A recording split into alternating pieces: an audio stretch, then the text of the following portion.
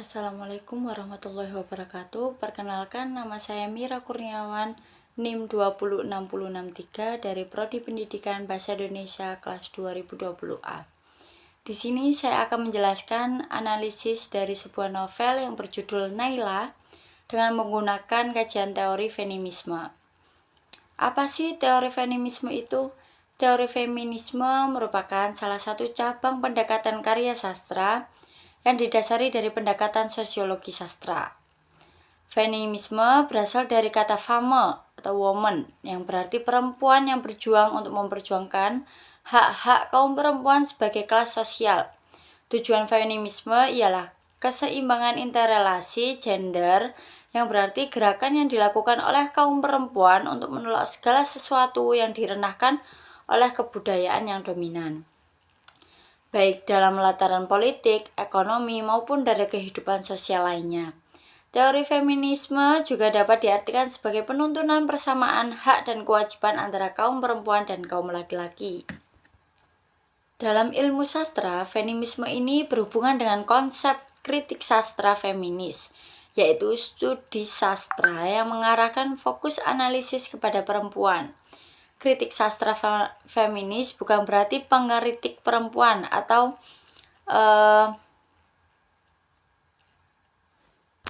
namun dalam arti sederhana yang dikandung oleh kritik feminis ialah pengkritik memandang sastra dengan kesadaran khusus bahwa ada dua jenis kelamin yang banyak berhubungan dengan budaya, sastra, dan kehidupan.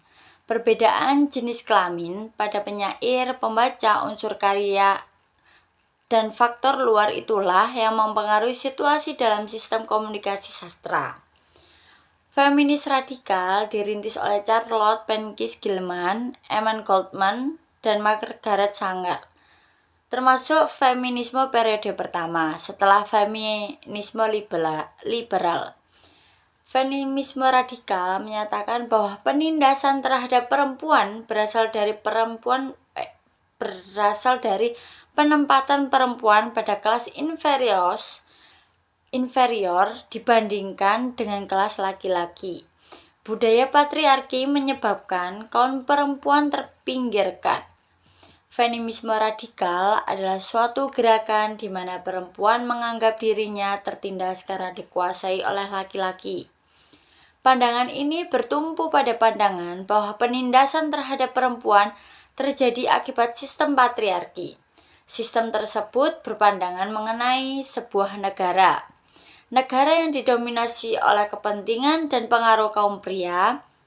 Perempuan cenderung hanya sebatas warga negara, sedangkan lelaki memiliki kekuasaan dan sebagai pembuat kebijakan. Sehingga dalam hal ini ketidaksetaraan terjadi antara kaum laki-laki dan kaum perempuan. Feminisme radikal yang berpusat pada perempuan yang mengalami ketidaksetaraan, perlakuan semena-mena, bahkan pengalaman yang tidak menyenangkan sebagai perempuan membuat tokoh dalam novel Naila, karya Jenar Maisa Ayu, menjadi pemberontak dengan melanggar nilai-nilai konvensional dalam kehidupan ketika ia menginjak dewasa. Pemberontakan tersebut dilakukan dengan menjadi biseksual. Novel yang menginterpretasikan ini relasi gender yang mengarah kepada perempuan yang superior dan perempuan yang melawan budaya patriarki yang terjadi.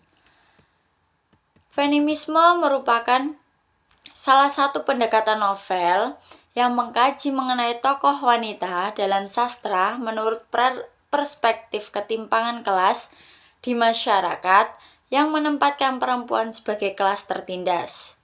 Perempuan yang tidak memiliki hak setara dengan laki-laki menjadi perempuan sebagai kelas yang berada di bawah kekuasaan dari laki-laki.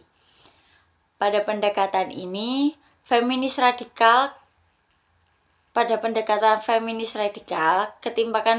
ketimpangan gender berpusat tidak hanya pada gender dan kebebasan seks, namun juga alat reproduksi perempuan yang hanya difungsikan sebagai alat. Selain itu, dalam feminisme radikal sangat dikenal dengan budaya patriarki. yakni laki-laki sebagai pusat perintah yang memiliki wewenang dan kekuasaan, sedangkan perempuan hanyalah warga negara yang harus mematuhi aturan yang telah ditetapkan. Tokoh dalam novel Naila ini dianggap beraliran feminisme radikal karena Naila menganggap bahwa laki-laki adalah sumber masalah dari hidup mereka.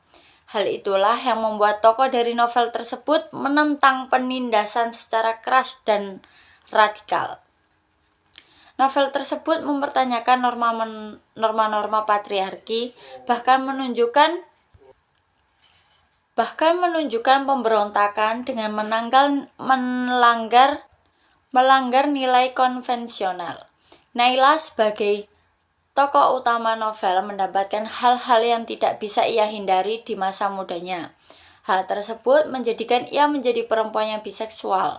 Hal tersebut disebabkan kasih sayang tokoh yang bernama Julie memberikan ketika ia bekerja menjadi juru lampu di diskotik. Julie sendiri penyuka sesama jenis atau yang lebih tepatnya disebut dengan lesbian, memberikan rasa aman dan nyaman, jauh berbeda dengan yang Ibu Naila berikan semasa kecilnya dulu.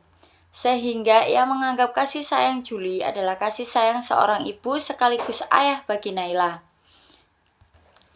Ia menjadi pasangan lesbian juga dikarenakan Naila merasa tidak ada yang dirugikan dalam hubungan tersebut, bahwa hubungan tersebut sama-sama mendapatkan kebahagiaan. Salah satu mendapatkan kebahagiaan satu sama lain, namun tidak akan merusak atau menyakiti salah satu dari mereka. Dalam feminisme radikal juga dikenal dengan kebebasan seksual. Terdapat konsep biseksual yang merupakan seorang yang dapat menyukai laki-laki maupun perempuan, namun lebih difokuskan dengan hubungan lesbianisme. Dalam novel Naila, karya Jenner Maisa Ayu, juga dapat menggunakan pendekatan feminisme radikal. Dalam novel tersebut, Naila mengalami trauma seksual yang ia dapatkan dari kekasih ibunya dan penganiayaan yang dilakukan oleh ibunya, yang membuat Naila merasa kasih sayang yang seharusnya diberikan ibunya kepada dia, akan tetapi ia mendapatkan kasih sayang itu dari seorang perempuan yang bernama Julie yang merupakan lesbian, sehingga membuat rasa nyaman Naila kepada Julie adalah bentuk dari rasa sayangnya terhadap ibunya, sehingga menumbuhkan rasa cinta. Perilaku lesbian ini mereka dianggap memiliki nilai penting dalam pendekatan ini karena adanya kebebasan seks atau biasa disebut heteroseksual. Dari aspek pendekatan melalui feminis radikal, terlihat sekali bahwa trauma seksual dapat menjadi hal yang serius dan budaya patriarki yang akan selalu membuat perempuan menjadi gender yang dinomorduakan dan dianggap menjadi pihak yang tertindas. Sekian dari penjelasan saya. Apabila ada kata yang tidak mudah dipahami, saya mohon maaf. Terima kasih. Wassalamualaikum warahmatullahi wabarakatuh.